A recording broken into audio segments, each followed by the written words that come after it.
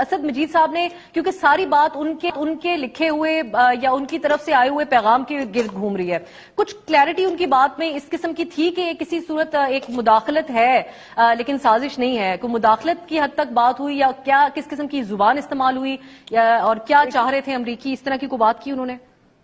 دیکھیے بالکل انہوں نے بات کی، انہوں نے یہ بات اپنی ٹیلی گرام میں بھی کی، انہوں نے بات یہ بریفنگ میں بھی کی۔ اب ایشو یہ ہے کہ مداخلت، اگر میں یہ کہوں کہ مودی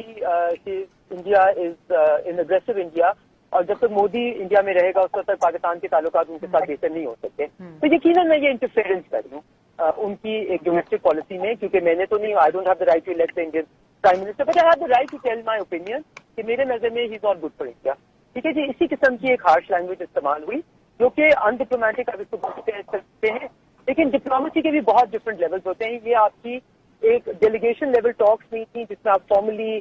بہت ناپ توڑ کے بات کریں، یہ آپ کا ایک لنچ اور میٹنگ تھا، ایک انفارمل ہوتا ہے۔ لیکن جو انٹرسٹنگ بات ہے وہ یہ ہے کہ اسی سائفر میں جس بندے کی یہ سائفر لکھی، اپنی اسیسمنٹ دی، اس نے یہ ریکمینڈ بھی کیا کہ اس کے خیال میں پاکستان کے لیے پروفیشنل کورس آف ایکشن کیا ہونا چاہیے، جو کہ ایک دوسرے کورس آف ایکشن ہے، بیکاز یہ مت بھولیں کہ دس تفصیل جس ambassador of Washington D C 32 years in running diplomacy, تو کلیئرلی میں ان کی ججمنٹ کو زیادہ ریسپیکٹ کروں گی کہ وہ اگر یہ سمجھتے ہیں کہ اس کے اوپر کتنا واویلا مچانا چاہیے، تو ان کی اسیسمنٹ یہ تھی کہ اس کے اوپر ایک ڈیمارش دینی چاہیے اور ان کو بلا کے پوچھنا چاہیے کہ کیا یہ آپ کی اپروچ ہے یا یہ اس بندے کی اپروچ ہے یا پوری گورنمنٹ کی اپروچ ہے۔ نا انٹرسٹنگلی جب آپ جو نیشنل سیکورٹی کمیٹی جو پرانی